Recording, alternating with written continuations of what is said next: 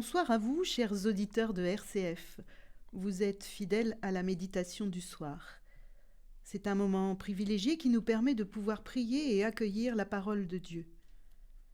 Nous sommes aujourd'hui, samedi 28 novembre, et l'année liturgique prend fin, pour laisser la place à une nouvelle année. Toute l'équipe du service diocésain de la catéchèse de l'enfance a été très heureux de pouvoir vous accompagner durant toute cette semaine. Accueillons sans plus tarder ce que Jésus veut nous dire ce soir. Ouvrons nos cœurs et laissons-nous travailler de l'intérieur. Évangile de Jésus-Christ selon saint Luc. En ce temps-là, Jésus disait à ses disciples : « Tenez-vous sur vos gardes, de crainte que votre cœur ne s'alourdisse dans les beuveries, l'ivresse et les soucis de la vie, et que ce jour-là ne tombe sur vous à l'improviste comme un filet. Il s'abattra en effet sur tous les habitants de la terre entière. Restez éveillés et priez en tout temps. Ainsi vous aurez la force d'échapper à tout ce qui doit arriver et de vous tenir debout devant le Fils de l'homme. »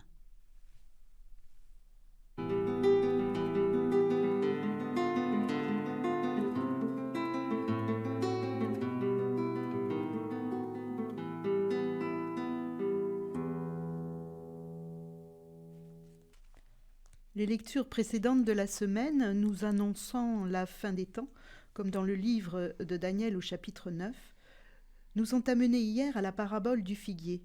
Vous souvenez-vous ? Parabole pleine d'espérance. Aujourd'hui, nous sommes toujours en présence de Jésus qui continue de parler à ses disciples. Il semble nous délivrer un message qui nous remet face à nos responsabilités. Découvrons ce texte pas à pas. Jésus nous demande de se tenir sur ses gardes. Devrions-nous avoir de la méfiance envers quelqu'un ou quelque chose ? En fait, Jésus nous livre une exhortation. Mais c'est quoi une exhortation ? C'est un discours, des paroles par lesquelles nous encourageons quelqu'un à faire quelque chose. Et là, dans ce texte, Jésus nous encourage à être vigilants, à ne pas être aveuglés par tout ce qui peut nous faire tomber.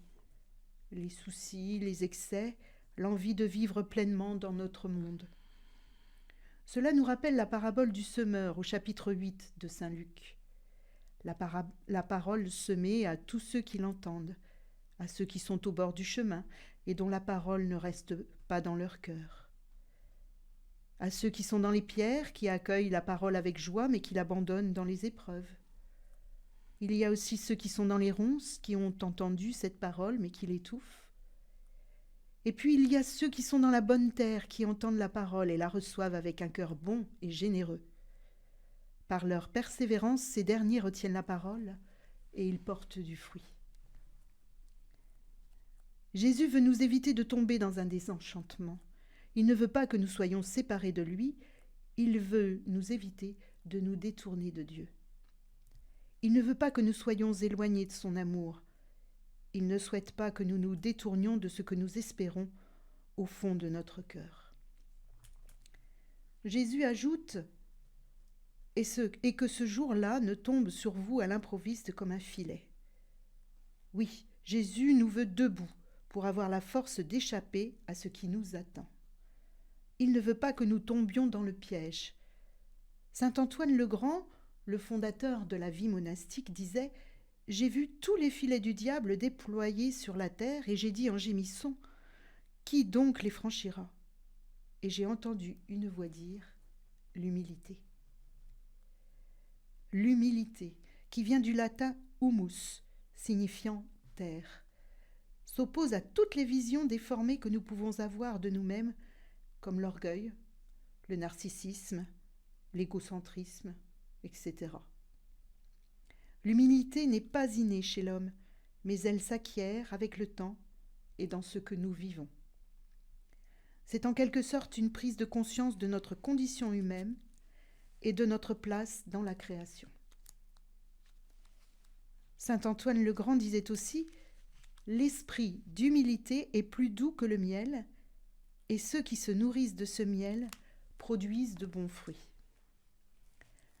Alors, dans l'attente du royaume de Dieu, quelle attitude devons-nous avoir?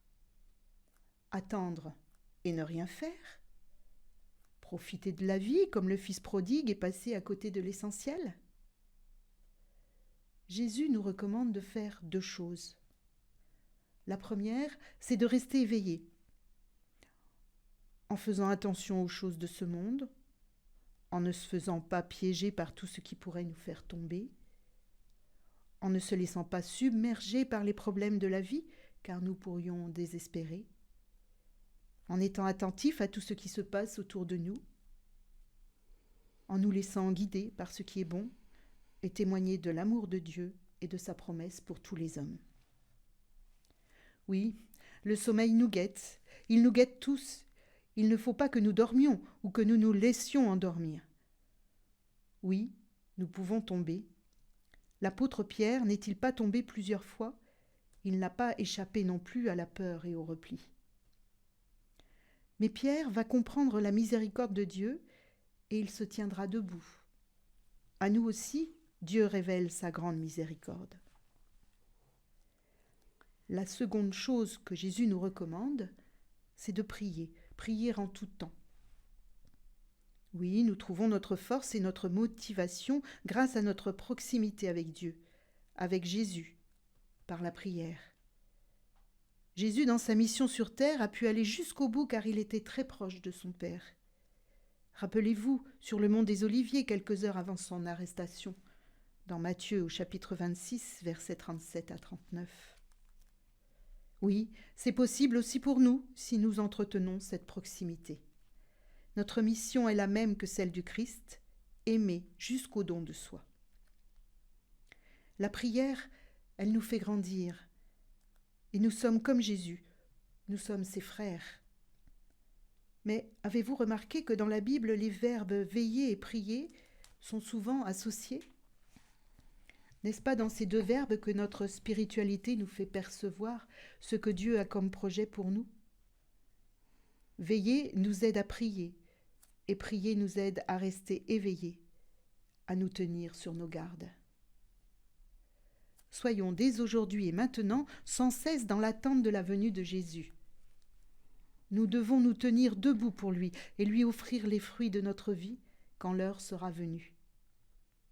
Saint Antoine le Grand disait encore « Les chrétiens doivent s'appuyer sur la croix du Christ comme les voyageurs s'appuient sur leur bâton avant d'entamer un long périple. » Oui, toute notre vie, Jésus nous donne la marche à suivre pour vivre en enfant de lumière et pour entrer définitivement dans la lumière.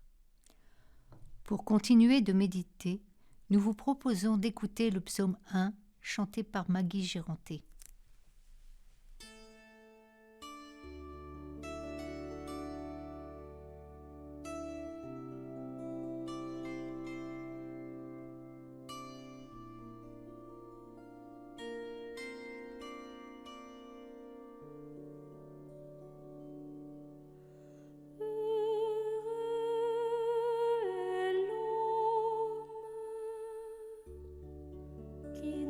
Pas au conseil des méchants, qui ne suit pas le chemin des pécheurs, ne siège pas avec ceux qui ricanent,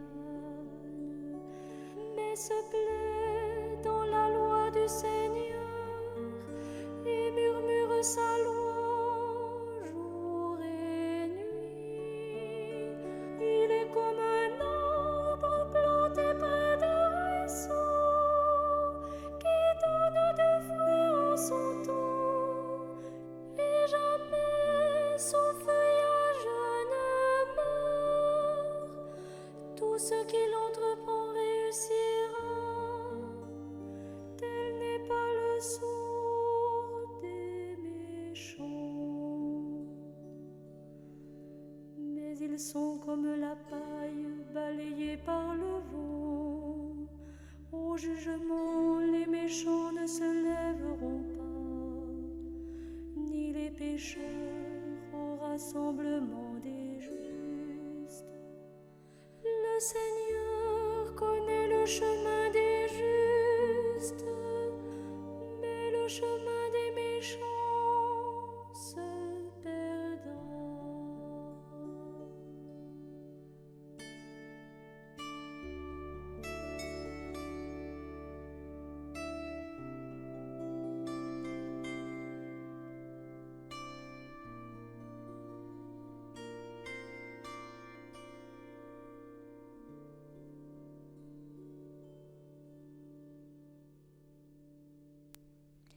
Nous redisons ensemble la prière que Jésus nous a apprise pour nous adresser au Père. Notre Père, qui es aux cieux, que ton nom soit sanctifié, que ton règne vienne, que ta volonté soit faite sur la terre comme au ciel. Donne-nous aujourd'hui notre pain de ce jour.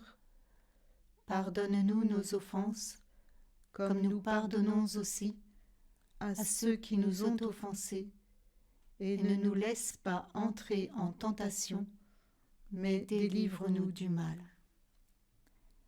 Seigneur Jésus, nous avons vraiment envie de te suivre, mais nous n'y arriverons pas toujours.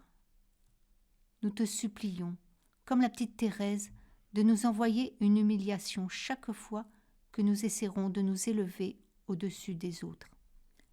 Par Jésus-Christ, notre Seigneur, qui vit et règne avec toi dans l'unité du Saint-Esprit. Amen.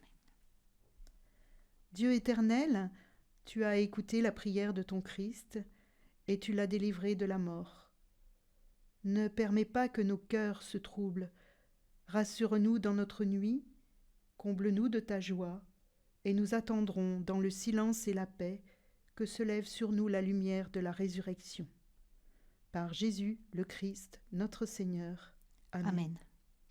Que Dieu Tout-Puissant nous garde et nous bénisse, le Père, le Fils et le Saint-Esprit. Amen. Amen.